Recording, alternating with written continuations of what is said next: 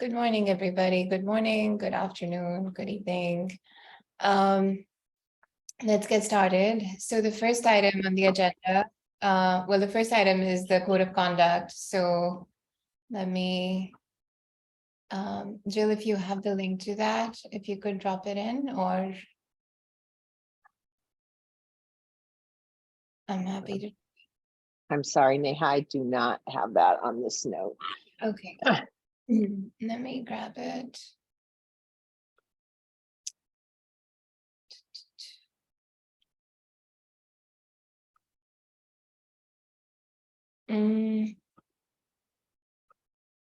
Okay. Well, maybe I'll get it. The website. Okay, there we go. All right.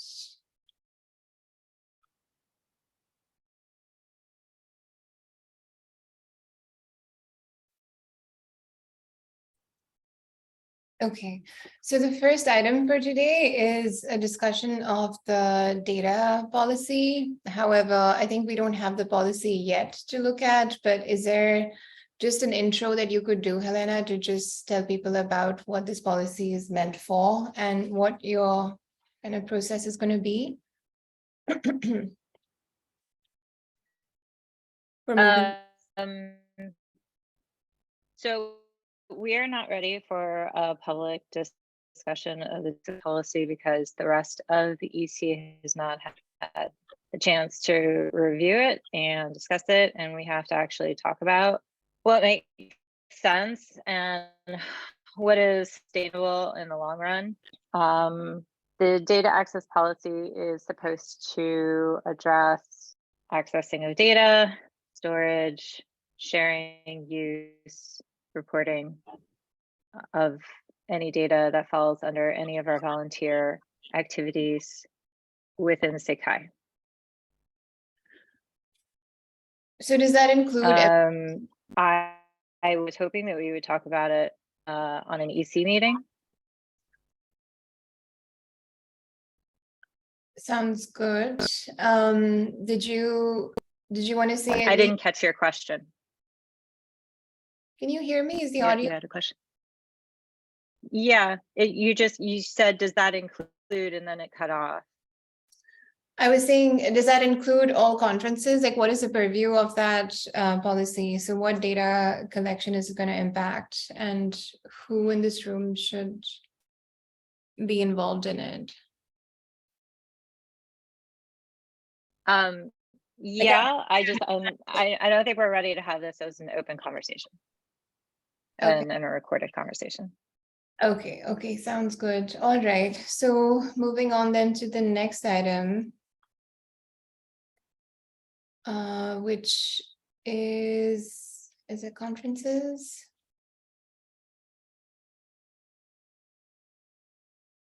Jill, can you help me with the agenda, please?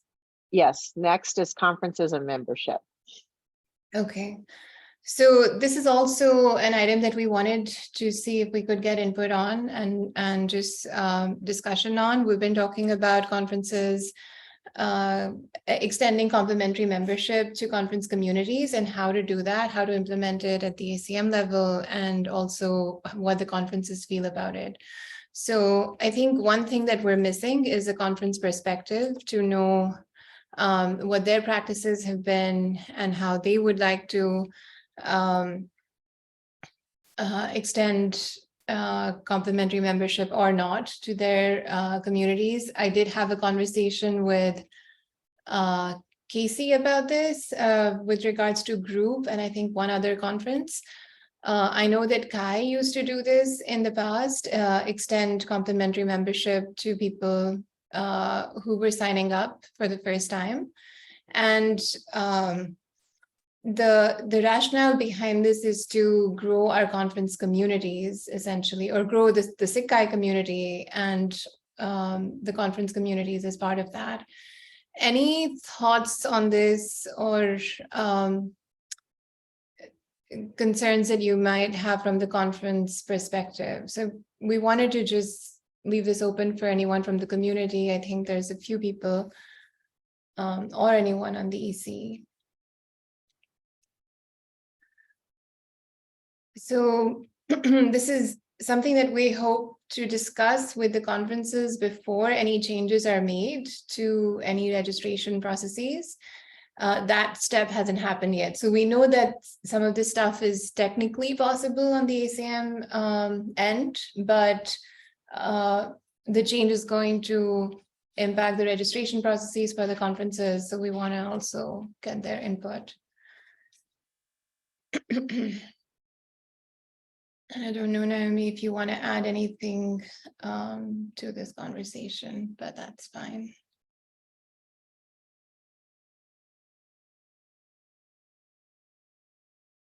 Okay. So then the next item and The next item is featuring committee. okay, great. So futuring, Navina is here. So Navina, do you need co-host permissions? Yeah, it'd be nice to just share a slide, a summary slide. Let me see if I can. I don't have access to make you co-host, but Jill, could you do that, please? You're now co-host. Thank you. So I've been chair of the Futuring SIGCHI committee, and so far we've had 2 meetings, and also set up our Slack and everything like that. So far focused on team building and brainstorming, and currently we're in the phase of creating teams so that we can write up proposals. And so here I just wanted to share some of the areas that we've brainstormed so far, and kind of share the ideas that members are currently considering. None of this is final, but it's sort of just trying to update you all on the kinds of challenge areas that we've been thinking about. And so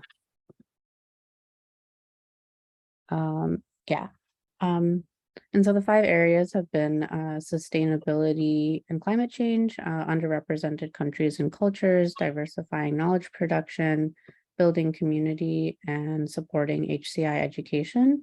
And I really want to emphasize these are all their ideas, and they've come up with a lot, and we're kind of in the phase of narrowing down what we're interested in. But and I know some of this overlaps with what the EC is doing, so that'll be a consideration as well. I did want to point out a few specific ideas that people were especially excited about. So things like developing best practices for hybrid or decentralized conferences, since a growing number of conferences are starting to do this, really understanding what went well and what could go better. Another big topic has been improving perceptions of HCI as a field. Like, this has come up very consistently. How do we demonstrate that HCI is a valuable subject and a place where people can grow their careers, and diversifying knowledge production. This has actually been a pretty big topic. So awards and grants for community partnerships. I know Neha has brought that up with the EC as well, and this is something that could be interesting to flesh out, perhaps more immediately than the futuring projects in general. And then in terms of building community, there's been a lot of discussion around creating sustainable and interactive virtual communities.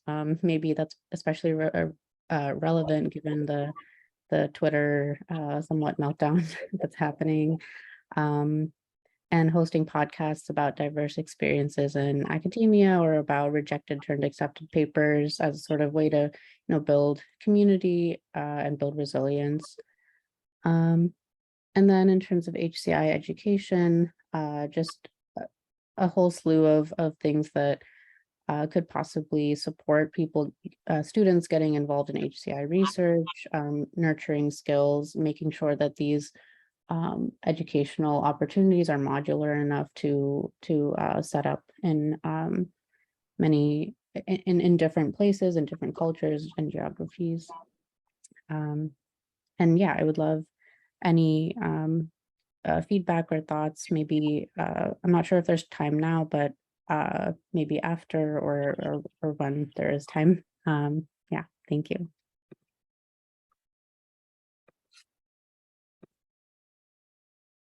Any thoughts, any comments on these areas? I know that you mentioned, Navina, that there's some overlap, and I would say synergy is a good word. It would be great to have those connections maybe in some of your meetings. You can meet with Nick from the sustainability standpoint, or Priya about volunteer support, Kale around equity. So I think staying in communication about how we can help and how we can help support would be wonderful. Helena has her hand up.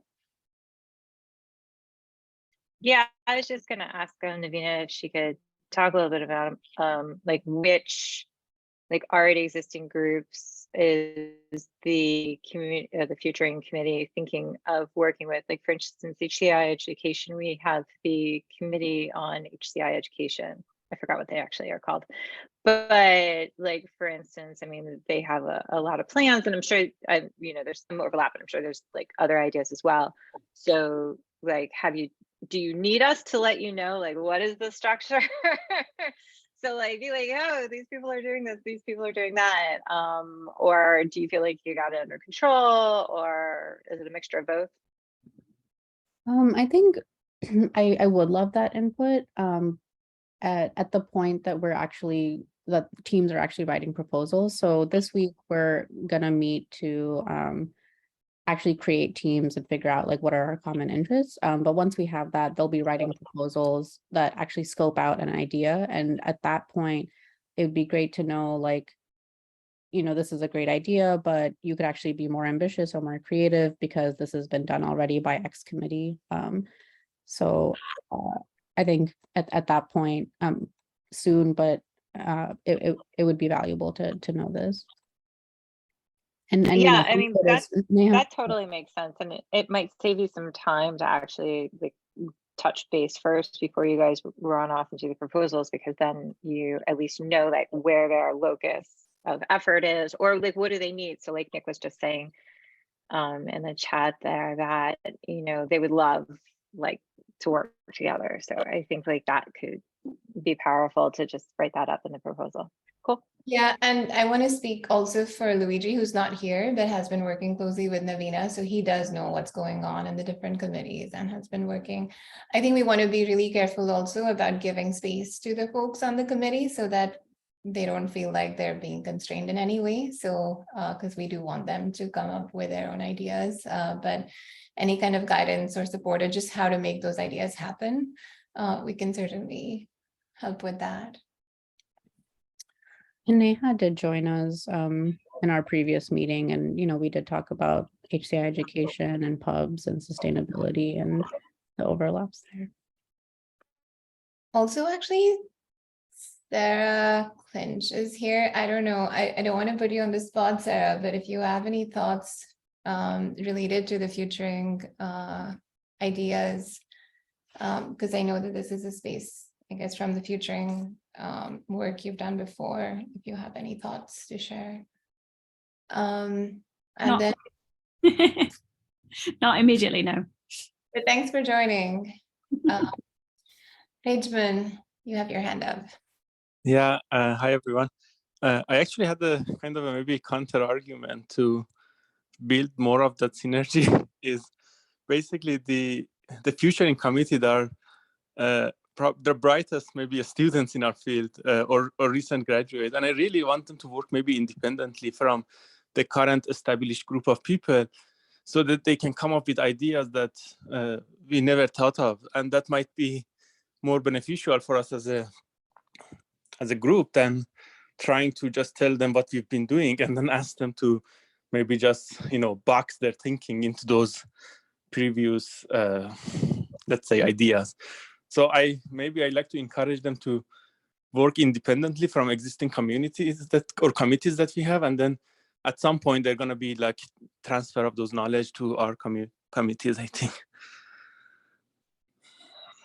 Yeah, thanks, Pageman. And I think, I think both, so you're coming from a place of we want to encourage new ideas, and I think Helena is coming from a place of we don't want people to go off and do the same thing if that energy has been, like, to conserve volunteer energy. So we just want to find the sweet spot where both can happen. Yeah, Nick? You're muted. Sorry, yeah, I was pretty much going to say the same thing. I mean, I think this particularly applies to the new committees. So we have a like huge range of ideas in sustainability committee, some of which are really out of the box. But our problem is just not enough people and not enough time. And there's so many things to do. So I think it kind of depends on where the committee is sitting at. So a new committee like sustainability committee probably doesn't come with the same sort of institutional things as some of the other committees do. So I think you'd probably, we would very much go with Helena's idea that we're not stopping at anything. We've got loads of fresh ideas, just don't have enough people. So we welcome your ideas, and if you want to do some of those things, we'll do everything we can to help you.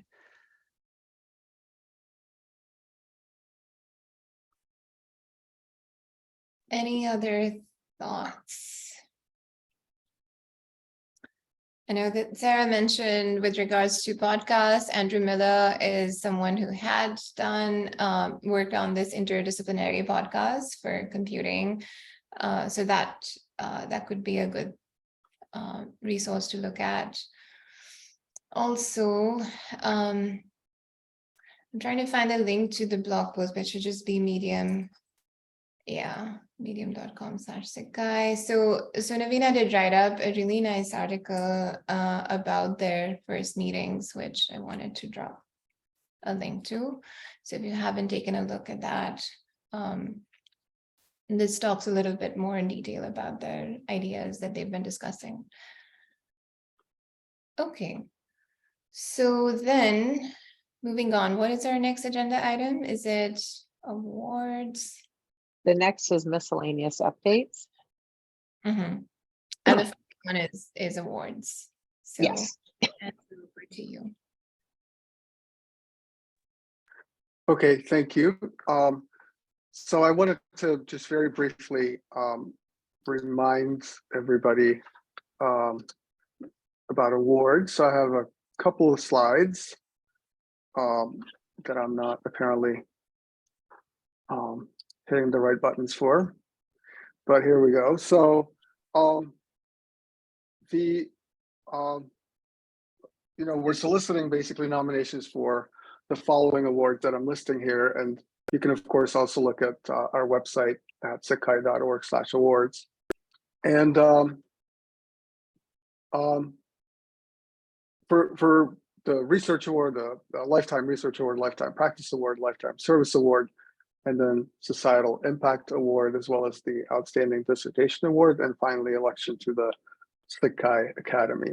So there are a host of these 6 basically awards that we're very much looking forward to seeing wonderful nominations for. The deadline is December 5, and the time is anywhere on Earth. So you might see in your time zone, I believe, submittable might say, well, it's December 6th, right? But that has to do with this anywhere on Earth business. So as long as there's December 5th anywhere on Earth, the applications are still open.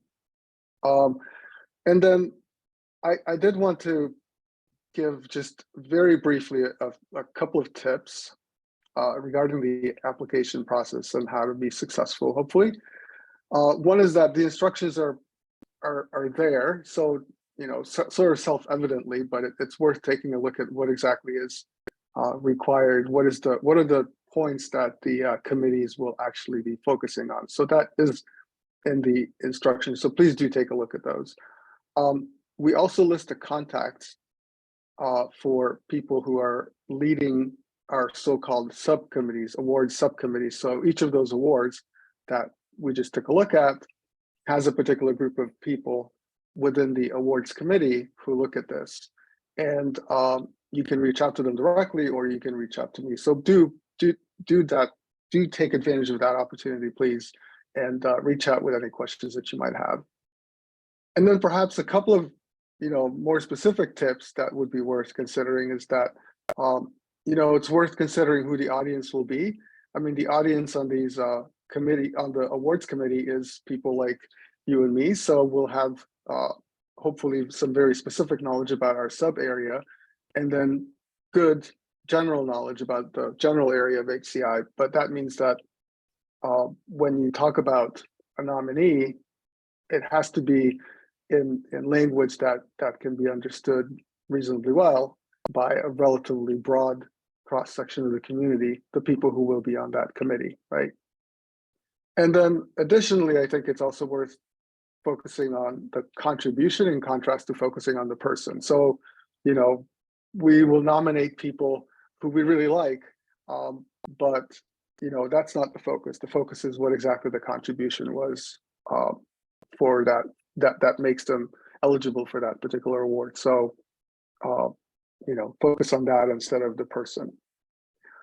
I'm more than happy to take any questions right now, or again, please contact me, or please take a look at the awards page, and then take a look at the subcommittee that you might be interested in, and reach out to them directly. So I'll stop there.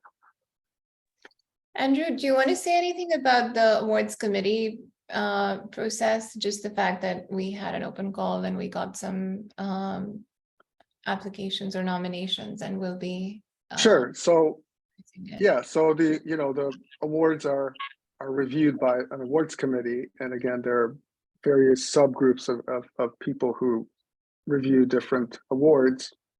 The nominations for being a member of this awards committee closed relatively recently, and we're in the process of now reviewing the really great applications.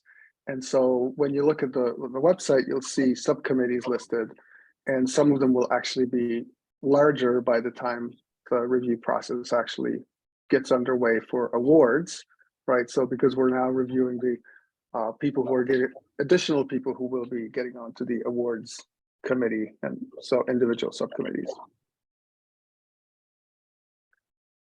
Thank you. And we're not planning to extend the deadline this year. We have in the past a few years, but we're going to stick with December 5th. So please do get your nominations in by then. Okay. The next item. So Adriana and Susan, can you just briefly talk about your committees that you've confirmed? Sure. Should I go first? Okay, so we've just approved the makeup of the global committee and the hybrid working group. This is an initial makeup. We are still looking for a couple more people for these groups. And I'm not going to name names. I don't think it's necessary, but the global committee will sort of keep track of initiatives happening around the globe, and try to share knowledge and create ties between different groups, chapters in different regions, and learn and incentivize learning from each other, and also try to increase our global presence and the presence of the international participants in our conferences, among other things. And the hybrid working group will be looking at the past experiences with hybrid and looking to create guidelines for our conferences, so that our conferences that want to go hybrid can do that more easily. So basically, our first step would be to look at everybody who's tried something, everything that has been written, and collect these, and then analyze all of those and try to come up with something consistent that conferences can do. Because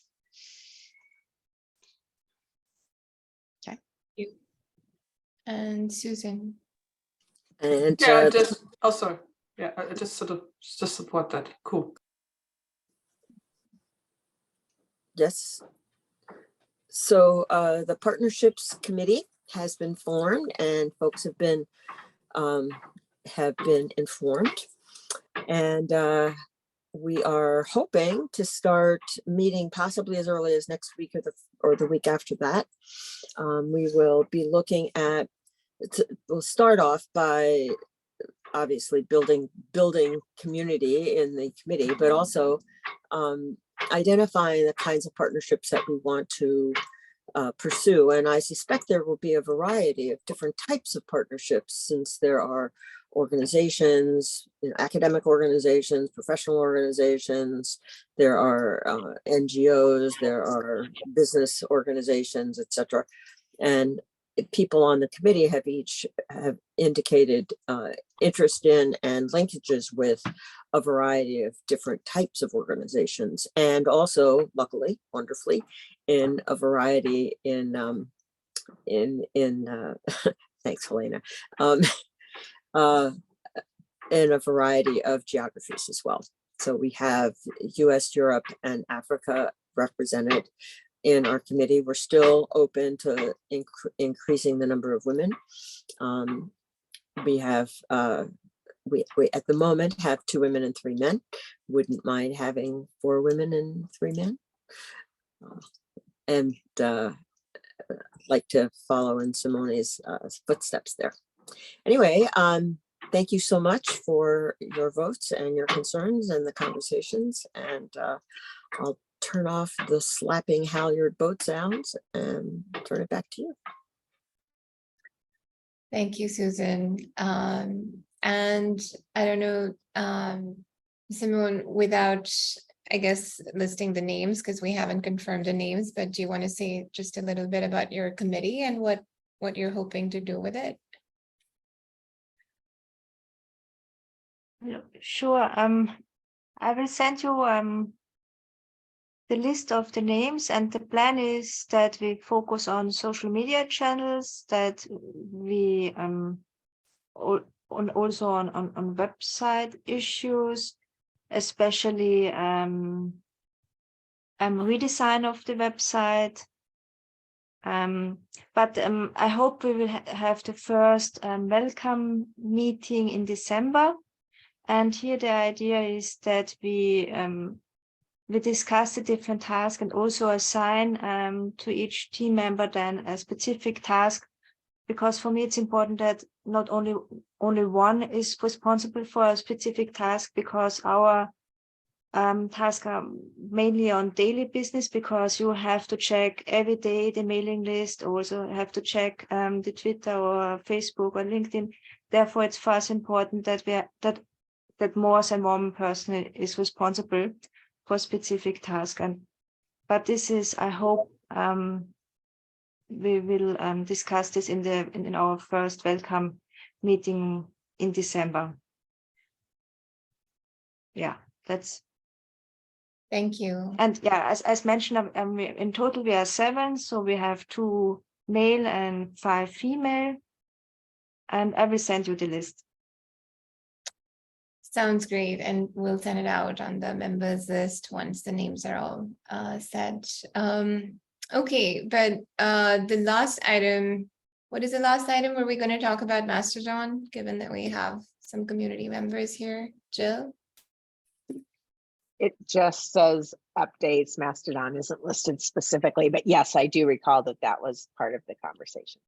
Yeah, and this is very much an open question, but it's been one that's been coming up, and it's been coming up on social media. It's come up in our conversations. So for the community members here, are there any thoughts that you have on moving to Mastodon as a Sakai presence? If you have any inputs for us.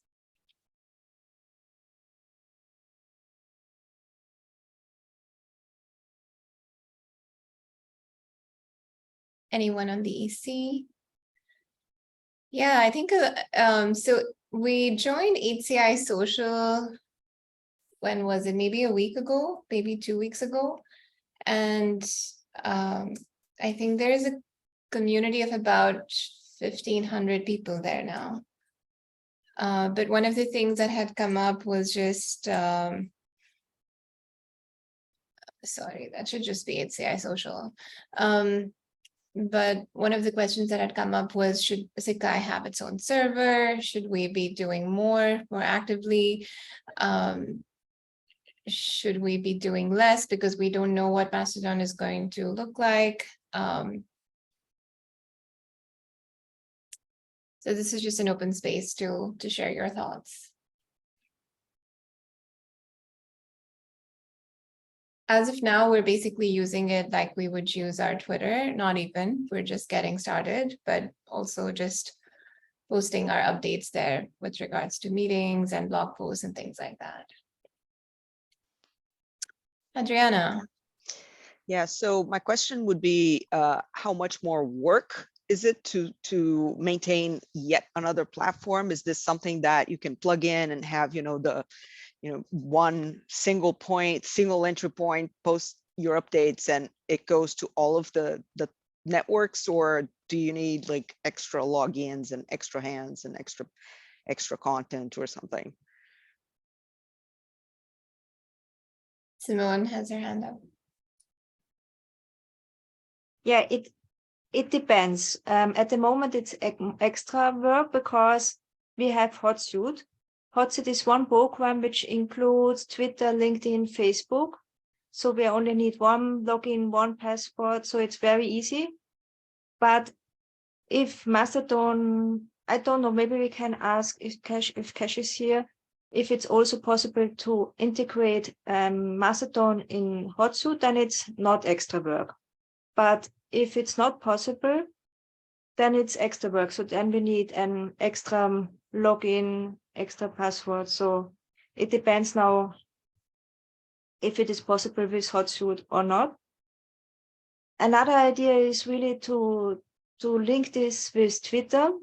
For example, like a boot that we have, that we everything what we do with HotSuite, that automatically is also then Tut, I think is this in Mastodon, not tweet, Tut, then also in Mastodon. And this is then a further idea. So it depends, yeah, if this is possible or not.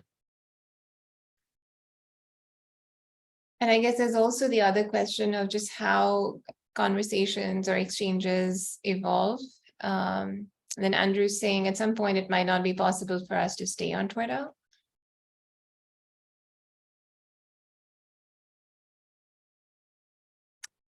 And Susanna. Yeah, and it's also maybe a question that could go to ACM, if we want to have an ACM Mastodon server and say all the SIGs, all the different conferences may use it. I think here this one was evolving more out of a HCI perspective, which of course attracted some of us, but we would still run into the problem of where it goes and where it grows is not under our control. And I understand there's a potential that this new service is a more decentralized, more instance-based space. And then, of course, it would naturally raise the question if we want to be the owner of that space.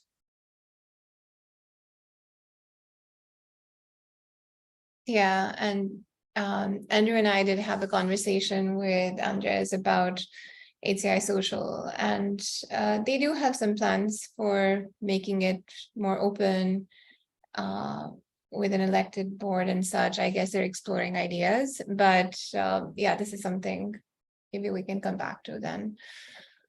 Cash, did you have any?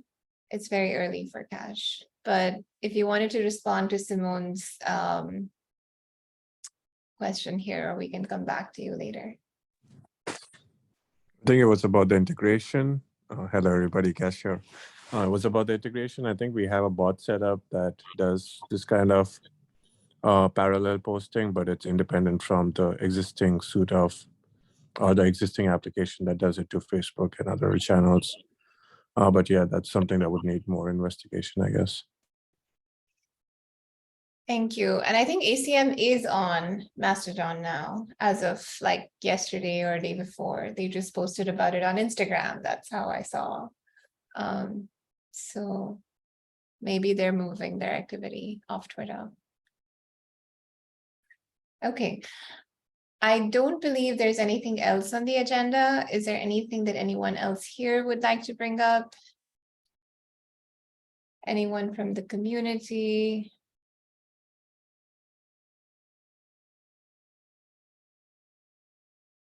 Okay, so I think we're done. We will see you next month.